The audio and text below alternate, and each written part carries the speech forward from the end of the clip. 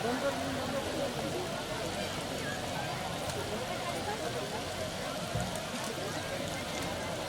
धावत खाली जा.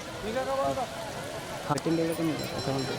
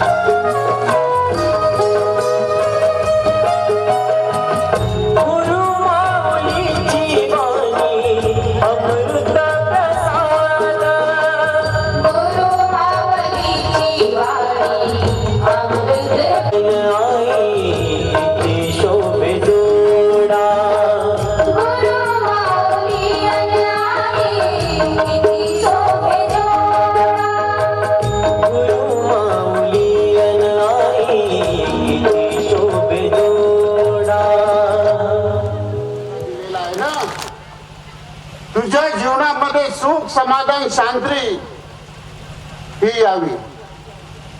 शांतीचा शोध आपण कुठे घेतो? आपल्याला वैभव प्राप्त झालं, धन प्राप्त झालं म्हणजे आपल्याला शांती मिळाल्यासारखी वाटते.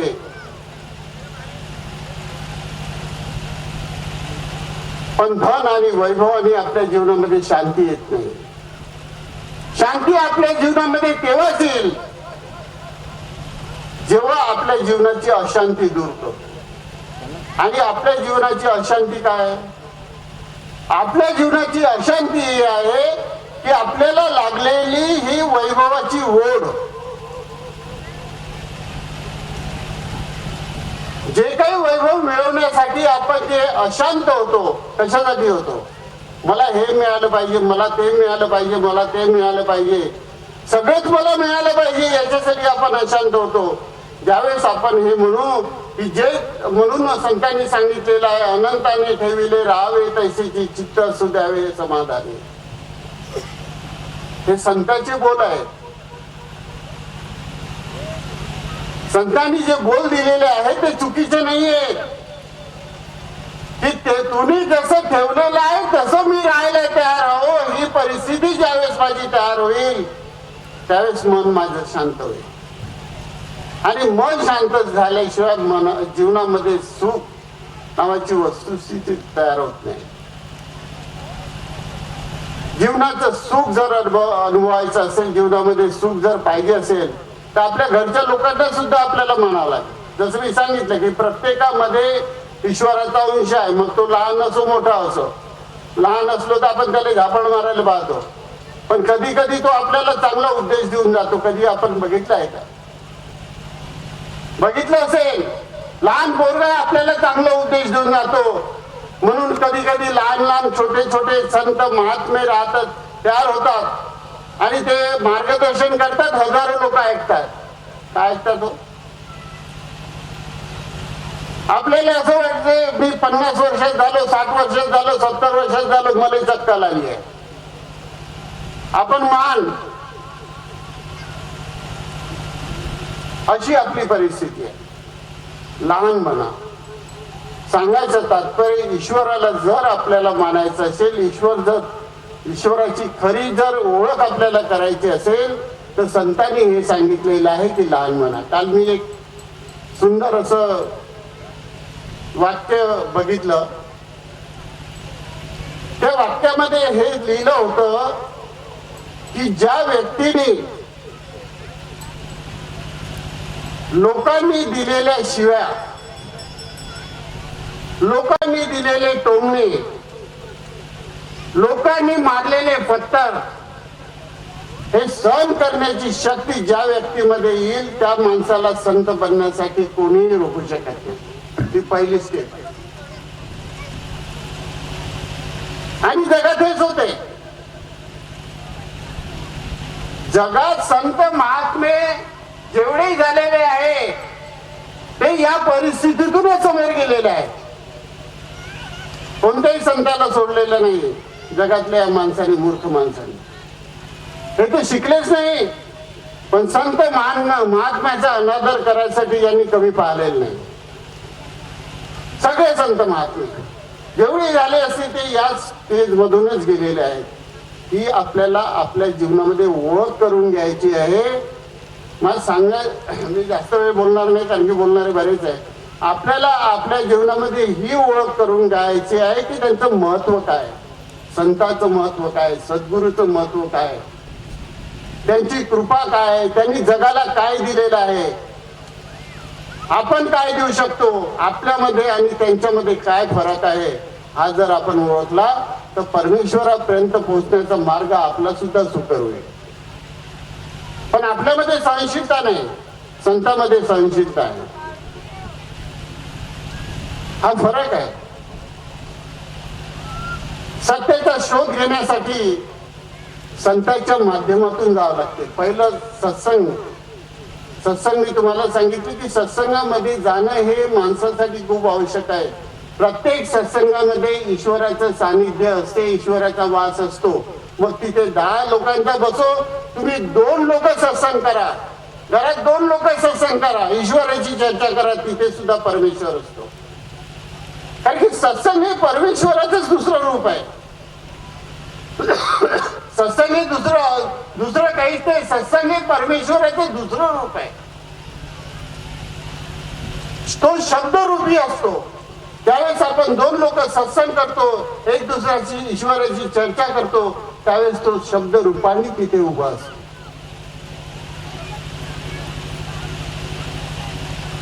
आणि ज्यावेळेस आपण 10 लोकांमध्ये सत्संग करतो, 15 लोकांमध्ये सत्संग करतो, मी नेहमी सांगत असतो की सत्संगात जा, कोणत्या वेळेस कोणता शब्द कसा निघेल आणि कोणाच्या माती तो पडेल आणि कोणाचं दारिद्र्य, तो कोणाचं वैभव असं हे होऊन जाईल काही सांगता येत नाही.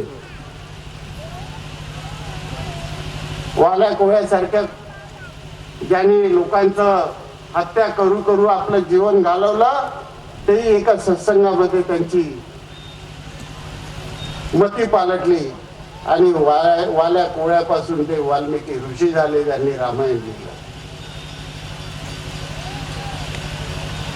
म्हणजे एक दरोडेखोर सत्संगाच्या माध्यमातून आपल्या जीवनाला पालटवू शकतो, आपलं जीवन घडवू शकतो.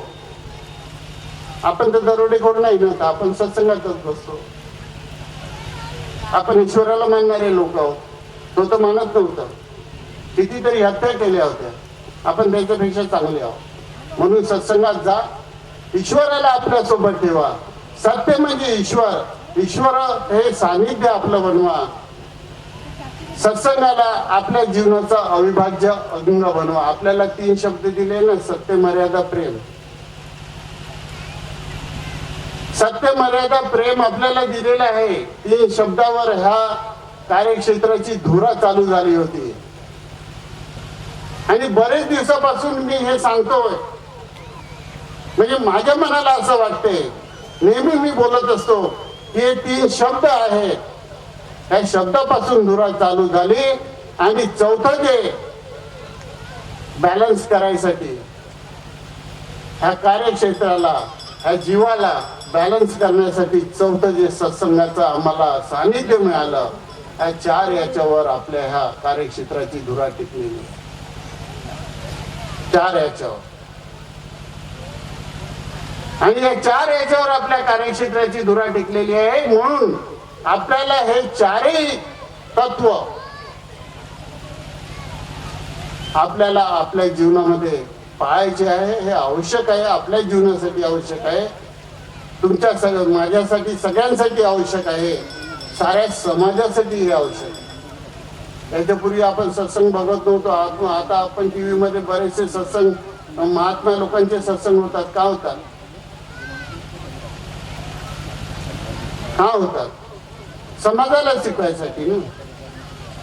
समाजाच्या उद्धारासाठी संतांचा जन्म झालेला आहे, सद्गुरूचा जन्म झाला आहे, महात्म्यांचा जन्म झालेला आहे.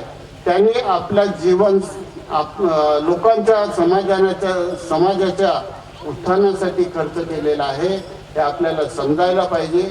आणि हे आपल्याला जर समजलं, ईश्वराची साथ जर आपण आपल्या जीवनामध्ये घेऊ शकलो, तर आपल्या जीवनाचं निश्चित कल्याण होईल.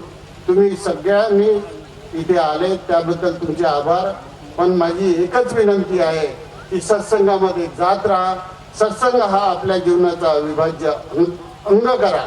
आपण दररोज सकाळी संध्याकाळी जेवतो ना, 15 दिवसात 1 दिवस तुमच्या गावामध्ये सत्संग होत असेल, सत्संगामध्ये जा. तेच ते मिळत असेल, आपण 2-4 दिवसांनी वांग्याचीच भाजी खातो ना, दुसरी भाजी थोडी खातो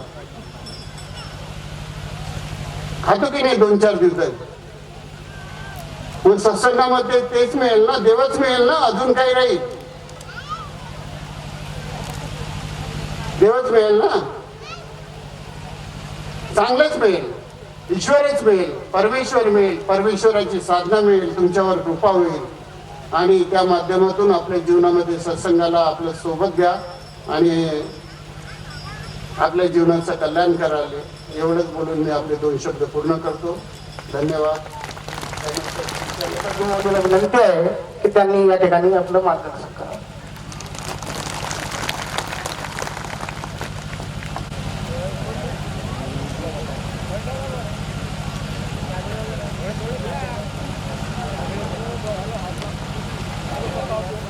आज आणि आजच्या दिवशी गुंतारा या गावात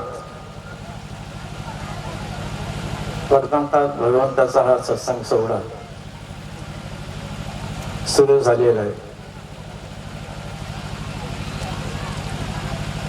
त्या गावच्या भगवंताच्या भक्तांनी आयोजन घ्यावं असं ठरवलं. गावागावात जाऊन त्यांनी पत्रिका वाटल्या. तुम्हा आम्हा सगळ्यांनी बोलावलं आणि आम्ही सगळे ईश्वराचा आनंद घेत या ठिकाणी बसून आहोत. बाप, आयोजन म्हटलं तर भगवंत राहतोच. आपल्याही आयोजनामध्ये आपण ज्याची साधना करतो, पूजा करतो, नाव घेतो, तो आहे इथं.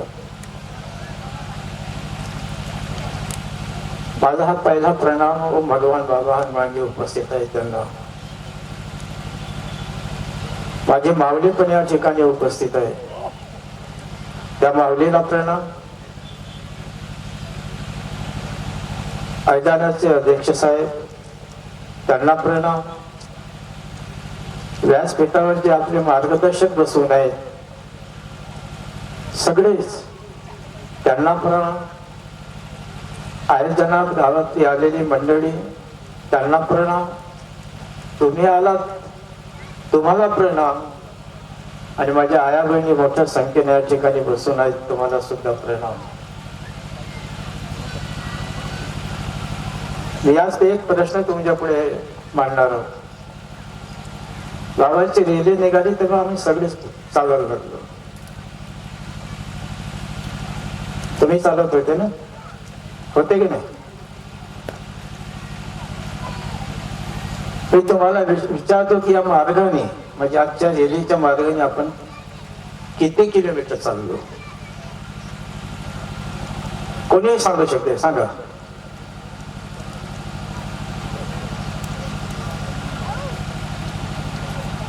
तर किलोमीटरचा अंदाज लावता येत नसेल तर किती मीटर चाललो? त्याचाही अंदाज लावता नाही येत असेल तर किती फूट चाललो, त्याचाही अंदाज लावता येत नाही किती इंच चाललो.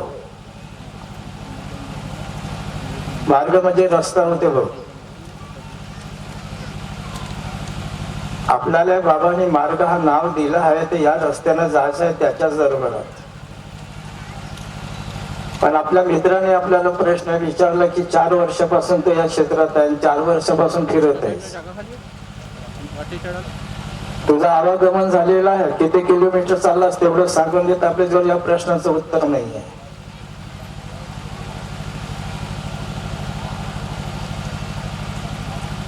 मला हे सांगा, हायवे रोडवर मकान बांधता येते का? हायवे रोड गेलेला आहे, थोडीशी इच्छा झाली की तिथे मकान बांधायला पाहिजे. मकान बांधण्याची परमिशन देईन तुम्हाला. आणि कदाचित दुर्दैवाने पैसे वैसे देऊन लाच लुचपत देऊन परमिशन आपण घेतली आणि बांधलंही तर ते मकान टिकल? आई ते मकान टिकल का? कारण करप्शनचा धंदा सुरू झालाय. देवाकडे भक्त लोक करप्शन मागासाठीच जातात. त्यांनी दिलं नाही तर स्वतः करप्शन देण्यासाठी जातात. नवसाला देव पावत नाही आणि एक वेळा जर पावला तर नवस ठेवायची गरज नाही. या क्षेत्रात आपण काम करतो ते क्षेत्र निर्मळ जलासारखं आहे, पवित्र आहे. मकान तुम्ही कितीही चांगलं बांधा, 10 सोन्याची अंगठी घाला बोटात, गळ्यात 10, 15, 20 तोळ्याची चैन टाकून द्या, खूप मखमली कपडे घालून समाजात फिरा. समाजातले 10 लोक तुमचे मित्र असतील, तुमच्याकडून खाऊन बघेल असतील, तेच तुमची इज्जत करणार. बाकी समाज तुमची इज्जत नाही करणार. आणि साधना तुमची इज्जत करणार. या साधनेसाठी समर्पणाचा झेंडा बसवून पुढे जावं लागते.